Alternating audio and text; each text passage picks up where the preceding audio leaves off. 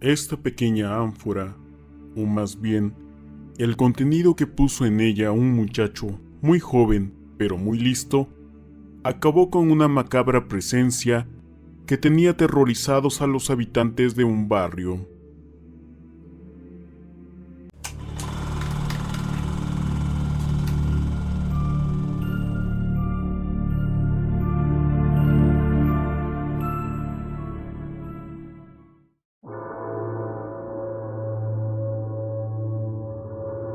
El cuervo endemoniado.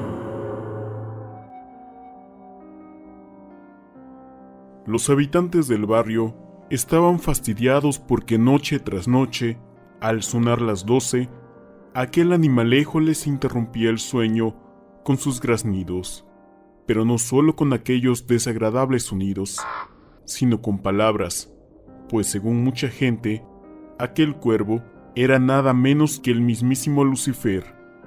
Durante el día, se refugiaba en la vieja casona, pero al llegar la noche, salía de su guarida para revolotear entre las casas, a veces en las bardas, y en el empedrado de la calle proyectaba una sombra extraña, y por eso muchos de los habitantes estaban convencidos de que se trataba del mismísimo diablo. En aquella época, llegó a vivir al barrio un matrimonio con sus 3 hijos, cuyas edades oscilaban entre los 10 y 16 años. Juan era el mayor, Miguel el de en medio y Santiago el más pequeño. Los muchachos, al escuchar a los vecinos hablar del maligno animal, decidieron entrar al vecindario de aquella calamidad. Cada uno de los muchachos ideó un plan. Juan fue el primero en poner en práctica su estrategia, y una noche, sin que sus padres se dieran cuenta, salió de la casa sigilosamente, embozado en una capa negra. Justamente, al sonar las 12 campanadas, el animal revoloteó encima del muchacho y se posó en la baranda del pequeño puente de piedra. Al verlo, Juan quedó muy impresionado, pero muy decidido, lanzó su capa al aire para atrapar al animal, que fácilmente se escapó y se posó de nuevo en el mismo lugar, al tiempo que con una voz mezclada con graznidos decía: «Juan, Juan».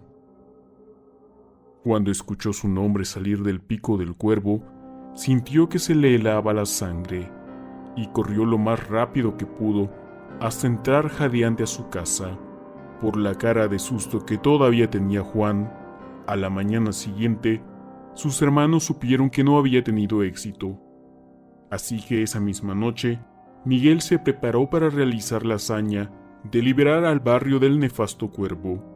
Sacó de su maleta una madeja y tejió una redecilla de hilo resistente y ligera.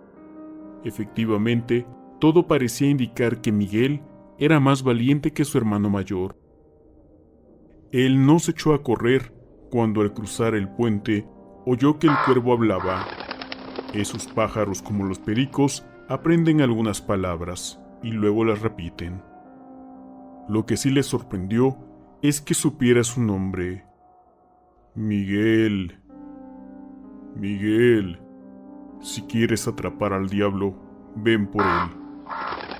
El pajarraco repitió estas palabras y se alejó volando del puente hacia la vieja casona. Miguel lo siguió con decisión en la penumbra de la noche.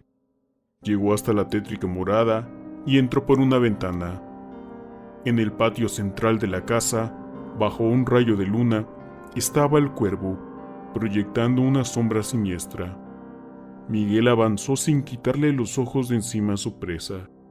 Cuando llegó a una distancia prudente, lanzó su redecilla, pero ésta se atoró en algo que Miguel no lograba ver en la oscuridad, y la jaló con fuerza para liberarla.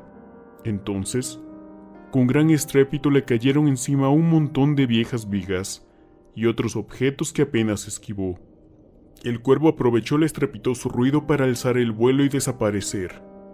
Decepcionado, Miguel regresó a su casa, lleno de raspones y cubierto de polvo. Al día siguiente, le tocó a Juan mirar con una sonrisa burlona a su hermano. Santiago El más pequeño no comentó nada.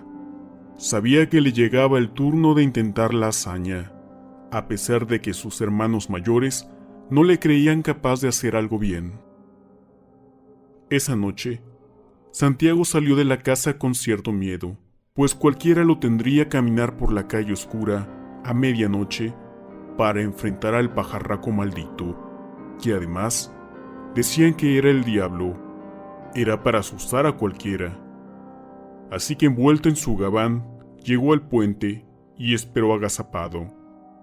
Los instantes que pasaron se le hicieron eternos, hasta que sonaron las 12 campanadas, y los graznidos del cuervo anunciaron su presencia. Por su mente pasó la idea de regresar corriendo a su casa, pero cuando el cuervo terminó su desagradable charloteo, Santiago volvió a ver al animal. El cuervo, al descubrir la presencia del niño, lo miró planeando su negra cabeza. Santiago se quedó como hipnotizado por la mirada del pájaro, y el cuervo se quedó tieso, como si fuera una efigie que adornara el puente. Y ninguno de los dos hizo el menor movimiento, pero en realidad, Santiago tenía las manos metidas en su gabán, y había abierto una pequeña ánfora que traía.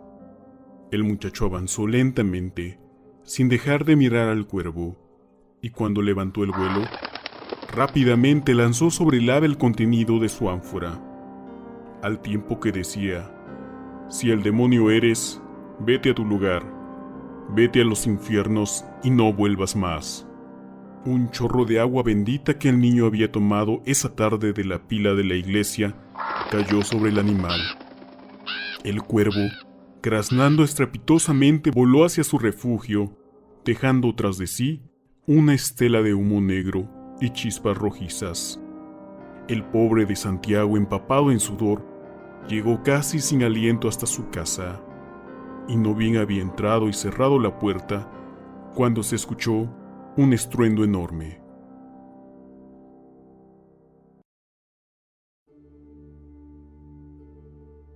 Todo el vecindario se despertó. Muchas ventanas se iluminaron, y algunos de los vecinos se asomaron con prudencia. A la mañana siguiente, todo retornó a la calma, y Santiago, por supuesto, se convirtió en el héroe, no solo de sus hermanos, sino del vecindario entero.